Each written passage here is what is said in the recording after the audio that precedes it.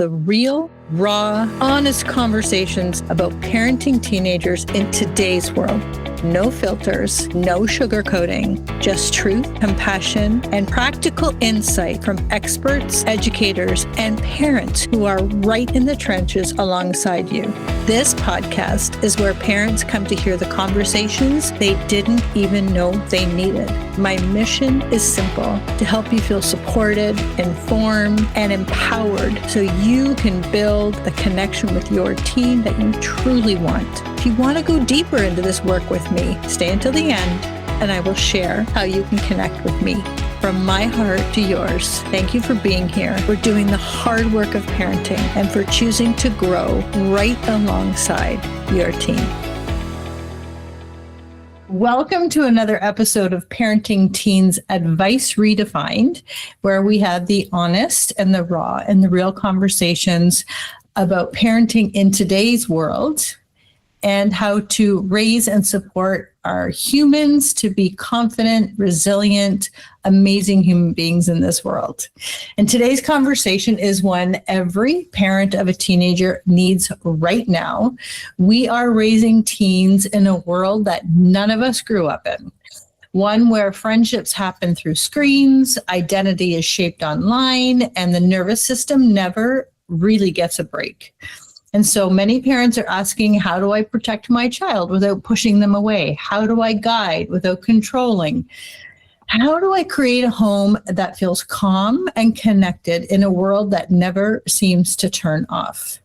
That's why I'm honored to welcome Dr. Sajita Setia, physician, evidence-based educator, and one of the leading voices helping families build real digital well-being. She takes cutting-edge research and turns it into a practical, doable work at the dinner table, in the car, and in those late-night conversations with our teens. Dr. Setia bridges science and real life through implementation science, helping families close the gap between what we know is healthy and what we actually do. Today, we're talking about screens, nervous systems, digital consent, AI, and how to raise resilient teens who can live in a connected world without losing themselves. Because as we say here on the podcast, when parents do the inner work and lead with intention, everything begins to shift. Welcome to the podcast. Thank you so much, Cheryl. It's such a pleasure to be on this podcast, Parenting Teens Advice Redefined, and I'm so much looking forward to our conversation today. I am too, especially from meeting you last week and really talking about, I got really excited about, because this is just, I don't think we can talk about this subject enough. I think we're just constantly trying to catch up with everything that's coming out. And I think parents are feeling very overwhelmed. But before we start, tell us all about you. What is the point? What is your mission here? Tell us all the good things. Yeah, sure. So I'm a physician and a digital well-being researcher. I have a solid background in pharmaceutical science and industry, but also a really deep passion and expertise in health education. And as you rightly pointed out, we are living through the largest human experiment in the history of humankind.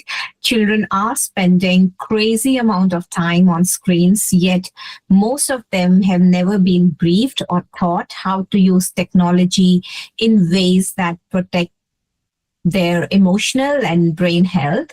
Also, at the same time, helps them in being more focused, productive, and boost family harmony and relationships. I haven't met a single parent who's like, I am never concerned with my child's screen time and what they're exposed to. I believe as a parent myself, I'm also a parent to a 15-year-old and a 10-year-old. It is a crazy time because most of the learning lately is happening through technology.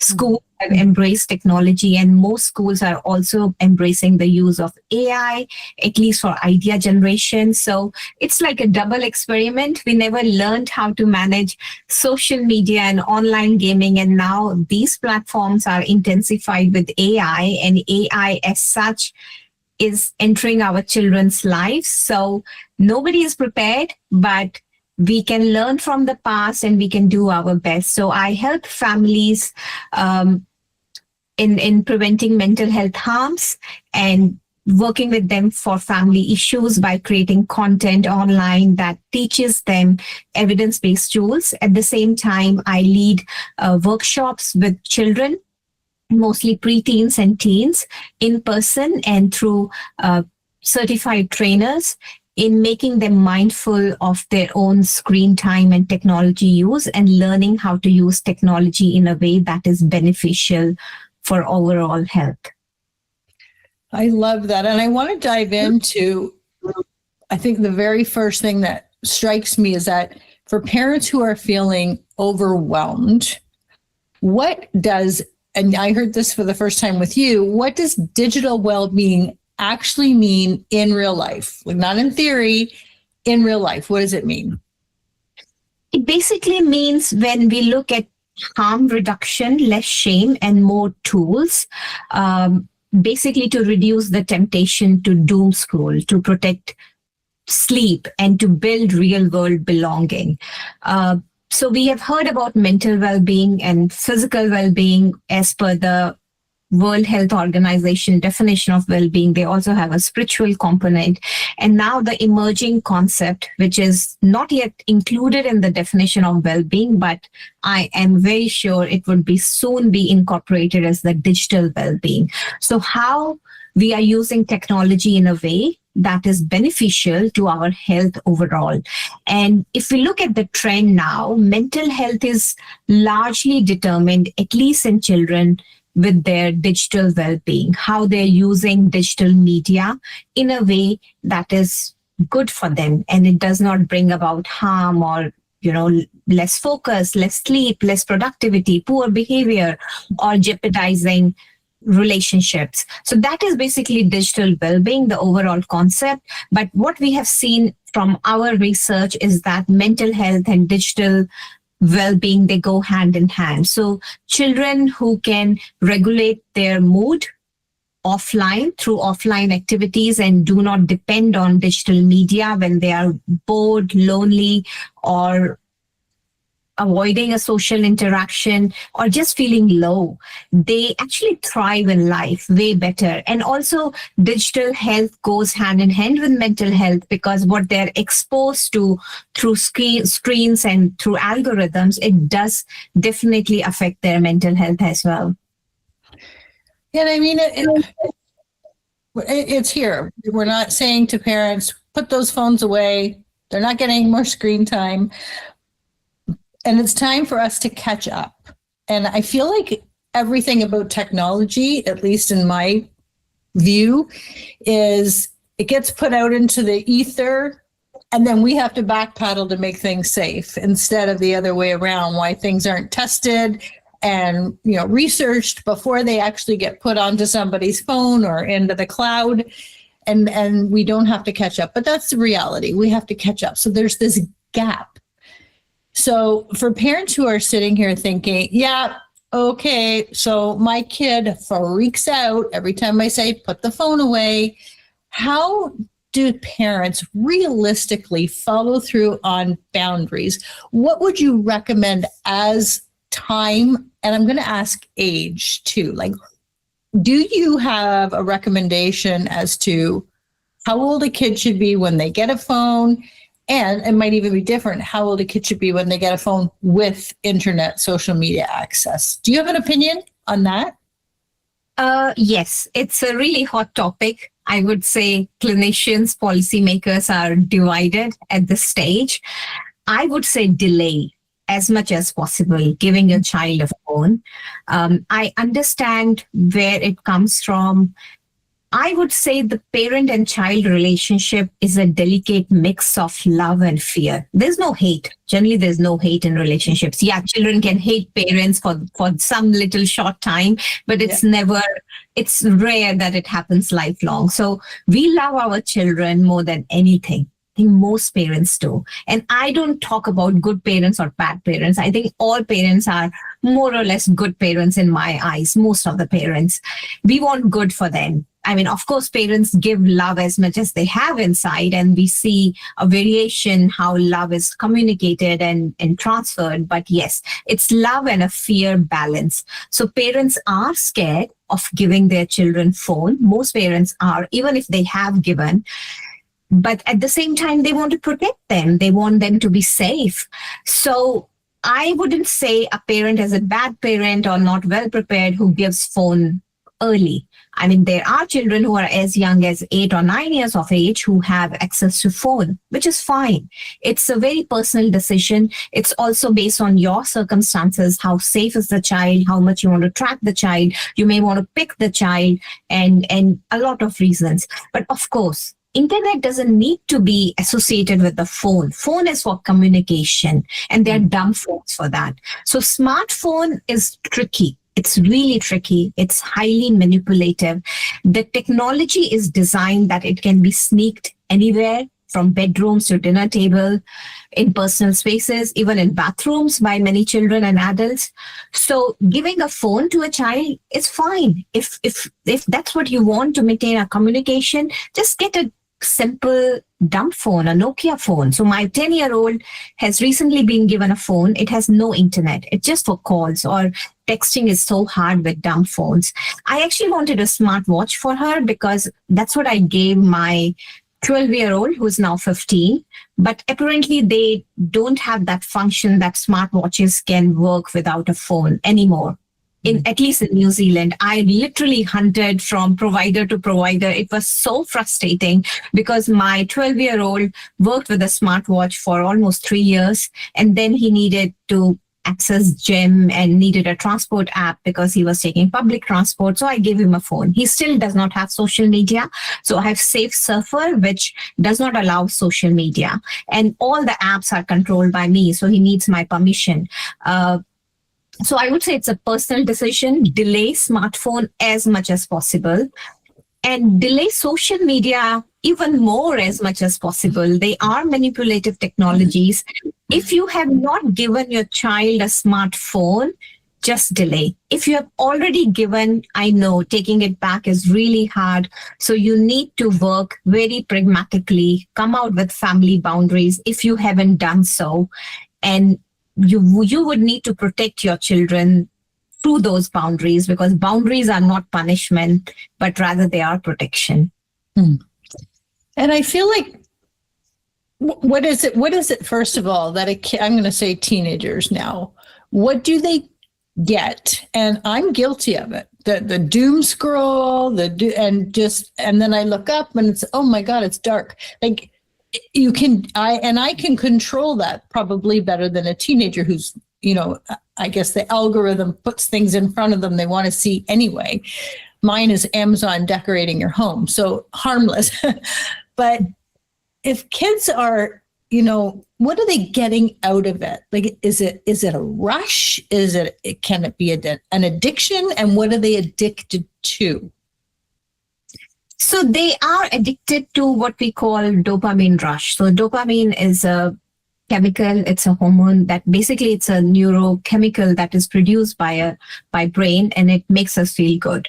So dopamine doesn't care where the reward is coming from. It just gives a happy feeling. And I would say if little kids get candy or praise, that's also dopamine. So dopamine, its intention is good. It makes you do more. It makes you achieve your goals when somebody encourages you, like makes you plan and implement towards achieving your goals because you have gotten a momentum and a praise for that.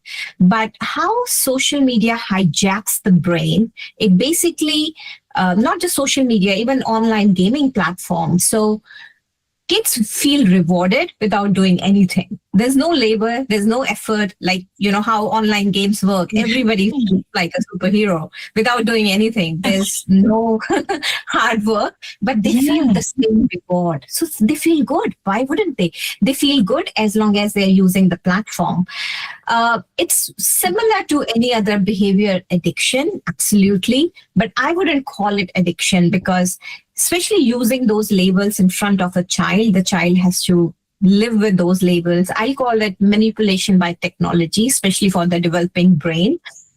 Same with social media, all the binge scrolling. Yes, so it's dopamine rush, but it can be achieved. Dopamine is all for good cause. Just achieve the same rush through offline activities, giving them goals, healthy goals related to anything, music, sports, art, and they feel good. And of course, encouraging and praising them depending on how the work is achieved. So set smart goals, really specific, measurable, time bound, relatable, and of course, what a child can achieve based on the age and maturity. And work with your children every month, every new year in their goals, what they are, and share decision making about goal attainment. But start with goals related to screen time. I would say that is really the best way to bridge healthy, good amounts of dopamine for developing brain, at the same time protecting them, like getting good sleep, managing their binge scrolling. So doom scrolling versus intentional broom scrolling, because the previous screen time advice is all outdated. It's not about number of hours spent on screen, but it's more about the quality of the content they are exposed to. Okay, so we're talking now about it. If we're not putting boundaries around time for screen, but what they're actually looking at, how are we setting this boundary without sitting on top of our kid and watching everything they do over their shoulder and then saying, oh, hey, Mr. 15-year-old son, get off that site and go on something? How are we establishing these boundaries without hovering? 2 simple practices that can make parents' life really easy. First is, and rules should be for everybody, not just for children, no phones in the bedroom and also bathroom, but mainly no phones in the bedroom for parents and children. Work with them, involve everybody in the home if it's possible, but at least, in case your partner doesn't want to cooperate or your parents living with you. I know it's not easy to involve everybody, but at least sit down with your child, maintain a connection. And all these boundaries are way easier before they are given a phone or before they are given access to social media. So for parents who haven't given their children a phone yet, like preteens, or they are not on social media, try this. But it's possible, even if they have a phone, just come out with boundaries. No phones in the bedroom. Okay, no devices in the bedroom, not just phones, no laptops, because a lot of boys are gaming till late in the night and they're using their school laptop. Girls are scrolling on their phones, they are on social media. It's just a general trend, of course. It could be that girls are also online gaming, but they end up teen girls spending more time on social media. So no phones, no devices in the bedroom. You can buy an alarm clock for $10. We don't need to make an excuse, oh, phone is an alarm clock. And second, devices in the shared spaces, ideally like around kitchen or living room where you can monitor them. You see, kids will deviate from track. Homework will become YouTube. It's a normal trend. Maintain connection. Please don't judge them. This is normal. It happens to grown-ups. So it will take time and patience, but they will follow the track, and also model good digital behavior yourself. So when family time is family time, no device family time, block out your calendar, 1 hour of family time, whatever your teen wants to do. So I know it's not easy if your children are disconnected from you for long, if they are gaming all the time in their bedroom. Start a connection, just game with them. You need to be involved in their life. If they're on Instagram, just, okay, let's scroll it together. What are you doing? I'm interested. And do anything, go for walks together, cook together. It may take some time to bridge the connection, but after you have a connection, and children they appear moody. That's normal. That's how teenagers are. It's biology. So don't get put off just because they answer you rudely. It's just, it's common. Most of the parents are like, no, I don't want to talk to my teen. I'm so tired after work. Let him game. I don't want to start a conflict. I just want peace and quiet. Fine. But you would have to take an effort. Like, that's why we are adults and they are children. sometimes just for a teen, watching a cartoon is something to suit their behavior. They're not into Instagram or online gaming. They're watching a cartoon they used to watch when they were 10. I think it's a good step. They're embracing that world as there are many things in the world. It's not just social media and online games.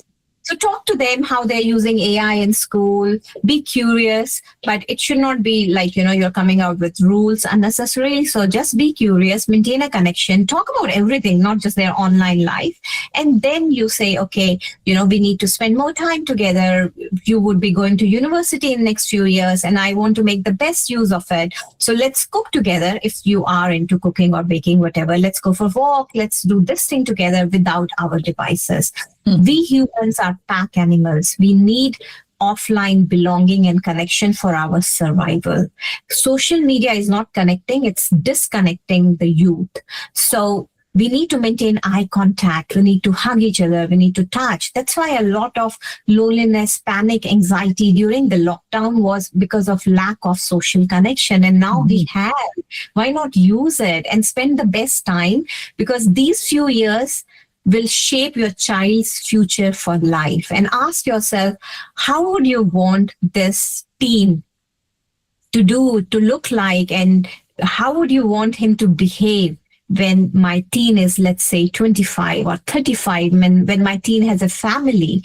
How would you want him to or her to approach life situation? So it's not just now, but how the future would unfold would depend on just these few years that we have with them now. Yeah, it's so true. I hear so many parents who just get overwhelmed and, they kind of utter that, I can't wait till they're 18 and they're out of here. And it's so sad to me. I mean, it's realistic and we all think it, but, in the long run, if we are, as you advise, creating the connections now, you have a lifelong relationship with your kid. And there's nothing like it.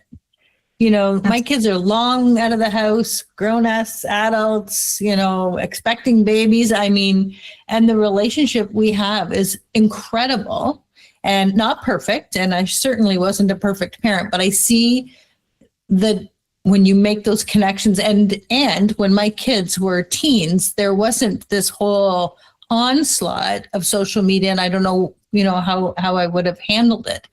So having that out of the way really shows me that, yes, the connection is so important for later. Like this is your kid forever. You want to have a different kind of relationship, but a very close friendship relationship with them as they leave and become, these adults in the world. And I think it's really valuable.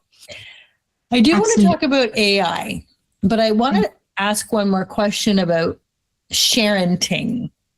When we look at social media, we see so many parents posting stuff about their kids, whether it's an accomplishment or, being goofy or whatever it is. What should parents be aware of before they start sharing content with their kids on social media? That's a really important point, and I'm so glad you brought this up. So sharenting, as you rightly mentioned, it basically means sharing any personal details, could be photos, could be a milestone, academic achievements, behavior issues, vulnerabilities about your children on social media. If we have learned enough from social media and we can apply that now with AI, I think that would be really good and mature behavior. AI doesn't need your secrets. It just needs your patterns to predict what's happening around. So basically, a child's entire life story can be created by AI using the patterns. So we have to be extremely mindful about sharing anything related to our children. And I would say anything on public domain, even if it's social media, even if it's highly encrypted, protected, it is public for everybody. So even if you have double, triple securities, anybody can access. Even your friends and connections, they might have any contact with future admissions officer or employer. So just be careful about posting. I have stopped posting pictures of my children, even on my personal profile, where it's mostly family and some friends. I have stopped since I read and understood the risk. It's definitely not worth it. I'm also auditing my social media platforms, trying to remove all of their pictures when they were young. It's not easy. Like, I couldn't figure out how to remove a family picture from my Spotify account. And I'm like, really, how hard it can be. So audit it together carefully. But more importantly, also make your children understand why posting on social media needs to be taken really seriously. So children don't, like teens don't, they just want to post. It's peer pressure. They want to appear cool. Mhm. But ask them before they post to just reflect. If this post were to go on school's notice board, how confident and comfortable will I feel? And if this post was noticed by a future employer or even university admissions officer, how embarrassed will I feel? And then post, because they love to post relationship drama, their party life, and a lot of things which should not be posted. So children need to be very careful now, and parents also need to be careful about parenting. I really don't know about rules and regulation. Like 10 or 15 years from now, I wouldn't be surprised if children would start to sue their parents for posting their pictures or any vulnerability online without asking them. And children cannot consent. So even if we ask our children whether we can post their photos and they're like, yeah, post, no, that consent doesn't exist because it's given by a child who is not aware of the risk. And ask yourself also, if this post was seen by my future 25-year-old, will my future adult child be proud of it? And if my parents would have posted something like this when I was a child, will I be comfortable with it? So these are just some prompts if you really still want to post about your children. But I would say just avoid. That's prevention is truly the best medicine, I would say, at this stage. So I would avoid posting anything. If I really have to post, because sometimes it's related to work, I understand. Like, I want to interview my children about what's their experience without being on social media. So I'll blur their face. I recently interviewed my 15-year-old when Australia introduced this ban, because a lot of parents asked about it. They find it very unusual that my 15-year-old is fine without any social media, and he has a good circle. I mean, he does not have a lot of friends, but he have friends that matter. And I think that makes somebody really wealthy. For me, being wealthy is like, as you said, if you have your adult children and you have a good friendship and love among the two of you, or, you know, with all other family members, this is what makes us wealthy, having true friends around us. So we don't need a large following or a gathering or social media presence. We just need people who care, who are ready to turn up on our doorstep if they learn that we are feeling low or we are sick. We need those friends in our life. Yeah, I so understand what you're saying, because I feel like kids get such a false sense of connection when they're talking to people online or even just texting their friends. They don't have a face-to-face real connection. It feels like a false connection where they feel connected, but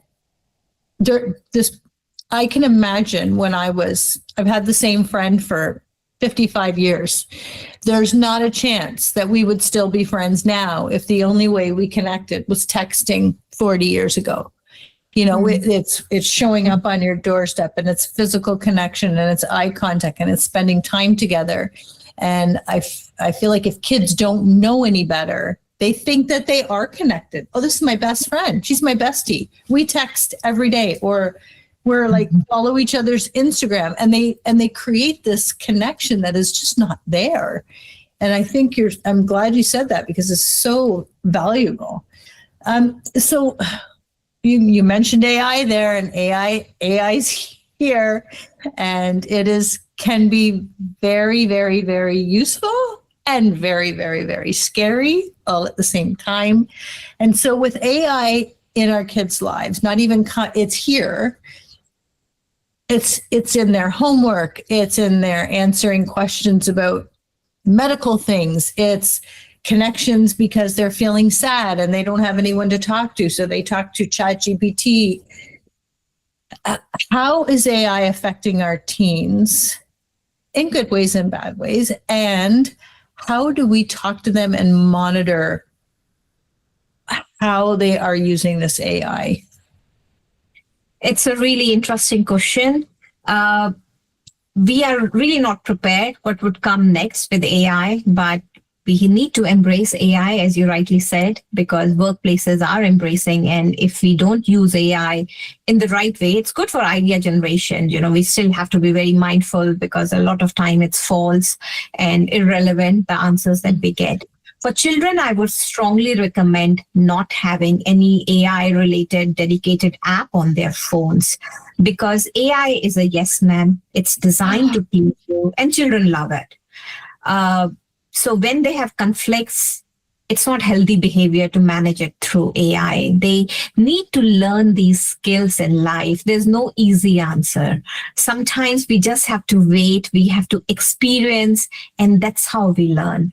So emotional dependency on AI is a big risk that I see with children.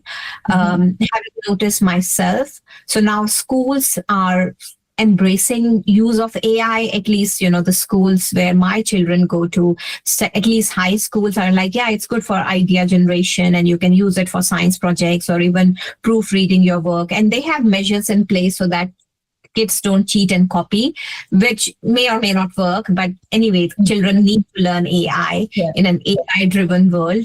But emotional dependency is real. They need to use their brain. Their critical thinking needs to develop, and it cannot rely on AI. So asking AI to plan your day for children, I wouldn't recommend it. Asking children reaching out to AI if they have problems and not reaching out to their parents means it's a sign that parents need to work on their connection and relationship with their children. So I did allow my 15-year-old to have ChatGPT app. That was few months back because he asked for it and he was like, no, I sometimes need to use it to for math problems and everything. And I'm like, okay, you can have. And he just has Duolingo and chess.com. These are the only two apps. So I did provide him with ChatGPT, but what we noticed was he was talking to ChatGPT all the time. The free version, the voice-enabled function is so easy and hard to resist. And he noticed it too, because he wouldn't come to me, because generally parents are the first step they come to. And then he was just asking. So I was teasing him, now GPT parents, GPT girlfriend. And then he noticed it too. So I had a chat with him. I told him it's not good for this age. You are getting too close to ChatGPT. I need you to use your own brain and wisdom for all these small tasks. It's not good. And he noticed it. So I said, just think about it. And I didn't remove his access because, I was busy doing other things. And he came to me after a few days and he said he has removed ChatGPT. He understood the risk. And same goes for character.ai. You might have heard about it. So it's like an AI girlfriend. I don't know if they already have AI boyfriends, because last time when I checked, there's a teenage girl, Annie, and now, why do you need a teenage girl? It's either for teenage boys or it's for predators. Like the character came out as character.ai, and the girl is just meant to please you in whichever way you want. And if somebody has relationship issues, and teenagers generally have, you can't give them an AI girlfriend. I think this is the meanest thing to do to a child who is still learning how to navigate relationships. And emotional dependency is real. There were some cases where boys ended up self-harming and taking their own lives because they got too close to this chat AI girlfriend, and the girlfriend, of course, is just meant to please. So 9 out of 10, the AI will give you maybe decent answers for your relationship and your emotional troubles, but there will be times when it's a dumb bot at the end of the day, and these tricky situations cannot be relied on by a bot. You need a sensible adult human to help you out. I had no idea about the character, but you're so right. I had this conversation with somebody today because I use ChatGPT all the time. And I mean, even for recipes, for whatever, but you're right. And in this conversation this morning, he was saying, like, ChatGPT is a yes man, exactly what you just said. And when I think back to every conversation, it is really good for my self-esteem because ChatGPT makes me feel like I'm right in every situation. Oh, Cheryl, yeah, that must be so frustrating. Well, that person is a jerk, and blah, blah, like, I mean, and I feel like, you're right. And I'm 60 years old, so I have some discernment that a teenager does not have, and so I even named her. She's Okay. Susie because Susie gives me recipes or Susie tells me how to fix the vacuum. But, in situations where I am struggling with something, I will go to ChatGPT, but you're right. Like it phrases it in such a way that it's like a dopamine hit because makes you feel so good. And it's free. I'm not giving them any information, but they are taking my information. They're taking all my information. And you are opening my eyes. Like, oh my gosh, I need new friends, no more ChatGPT. But I can tell as soon as you said, oh, ChatGPT is the yes man, I was like, oh my God, I am so guilty of going right down that vortex and getting all the agreement. I'm always right according to ChatGPT. Doesn't matter what I do. That's a problem. So I am so glad you said that. Oh my gosh. I think for recipe and fixing your vacuum, these things are fine. But especially when it comes to your mental health, your mood, your relationships, we need to go to a trusted adult or just ask yourself, meditate, go for a long walk without any devices. Digital detox can be the biggest mediator in fixing everything. And you would notice, I would also recommend all the parents to model healthy behavior because our children are like clay, even teenagers, they would just copy us. Healthy digital behavior yourself. Like when we introduced a lot of family measures as protection, like family time without devices for everybody. I also noticed that my relationship with my husband improved a lot. And we would actually talk to each other without devices, spend more time, go for walks. So when I go for walks, I just take my smartwatch. I don't take my smartphone. It's at home. It's just for calls, just in case my kids need me. I'm with my dog. I actually relish nature so much, and it helps me bring my nervous system, stabilize it and come back and think everything from a calmer, cooler perspective, because phone is a distraction. It's just designed in a way that you would end up clicking the wrong apps at the wrong time. You will end up losing your productivity. So keep it away for homework. If it's homework time, study time, phone has to be in another room. It cannot be next to you. It's like being on a treadmill and keeping a chocolate cake next to you. So work, schoolwork, sleep, phone has to be away, out of sight, out of mind. So when you say digital detox, can you explain the time frame that would be most effective around a digital detox? Like, are you talking 24 hours? Are you talking 3 days? Are you talking 20 minutes? What would you consider a detox?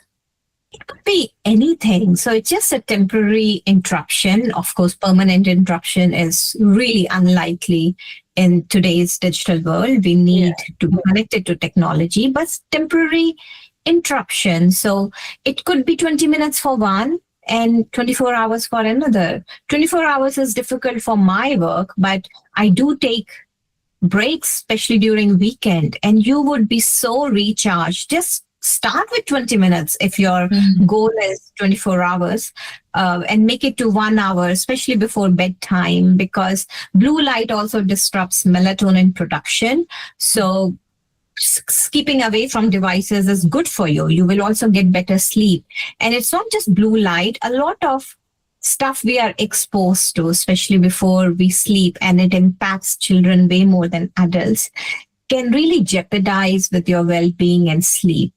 So a lot of news, media is one of the most corrupt industry. It's meant to spread panic. I believe there will always be more light than darkness. So all the crime stories, especially on social media, if kids are exposed to, we also don't know how true they are in today's AI world. And if you just watch news before you go to bed, I wouldn't recommend it. I don't do it. And studies have also shown that women and girls get affected way more than men. So watching a violent movie or anything too fancy or anything which is just click and swipe and just affects your mental well-being, it's not good for you to watch, especially before you go to sleep. So there's something called digital sunset. That means 1 hour before you go to bed, you take a break from all kinds of technology. You can listen to music, that's fine, or dance, go for a walk, spend time with your family, just talk about your day, write, read.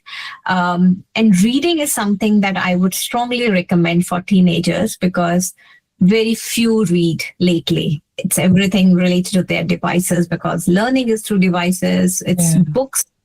I had to convince my 15-year-old for almost 1 year to start into the reading habit because he was like, no, I'm going to read on my Kindle. And now he's actually into books and it makes me really proud. Even on vacations, he's just sitting around the beach or on the cruise and reading. And I feel really happy. So it didn't happen overnight. There was almost 1 year when he was making excuses why he doesn't need to read, but he started. So change is possible. Read yourself. It's relaxing before you go to bed rather than being on social media. Yeah, I couldn't agree more. Sajita, this has been such an amazing conversation, and there's so many valuable things you dropped here. And I know parents are going, okay, I got this. Is there anything I didn't ask that you want parents to know? I would also want parents to know about the 764 gangs. I don't know if you have heard about them because Australia recently announced the social media ban, and I tried to look into what they did good and how they could have improved it, because a lot of podcast hosts were asking me, especially now in other countries, including UK and many other European countries, are probably going to come out with similar ban and how they can learn from Australia. So I believe there was a lot of news that came about 764, which are global gangs, and they are meant to manipulate children. They target children through social media and through online gaming.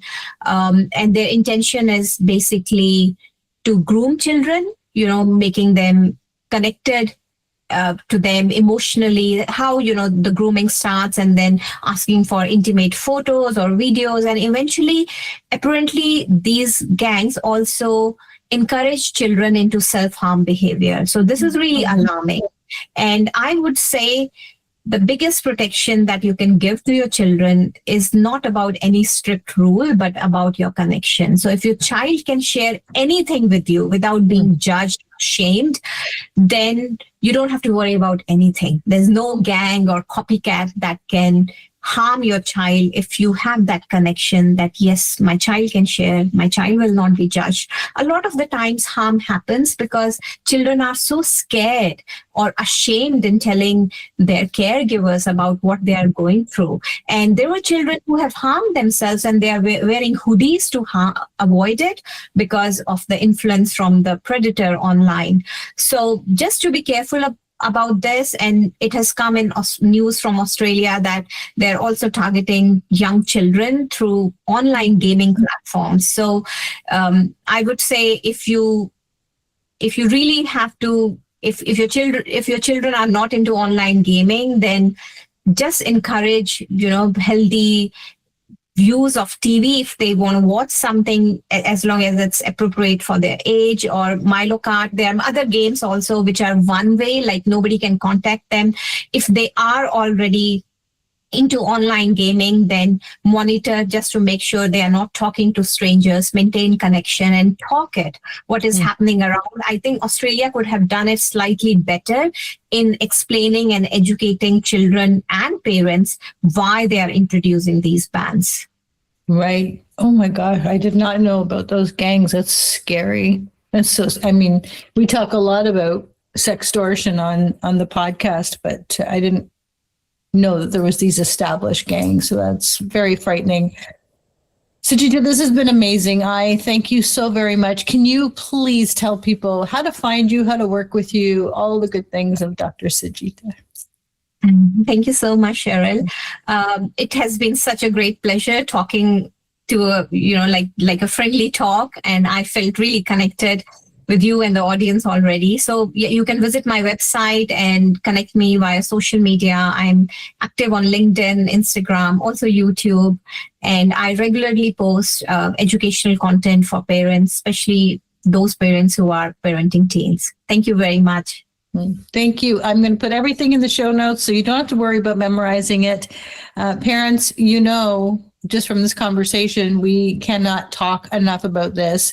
Sit your kids down, have these conversations, and really start reconnecting. It's so, so vitally important. Thank you so much for listening. I so appreciate your time with me. And, if you're listening to these things, you're not failing. You might feel like you're not doing a good job, and parenting is so freaking hard, we know. But if you're listening to podcasts and reading the books, you're still trying, and that's the most important thing. So thank you for listening, and we'll see you next time.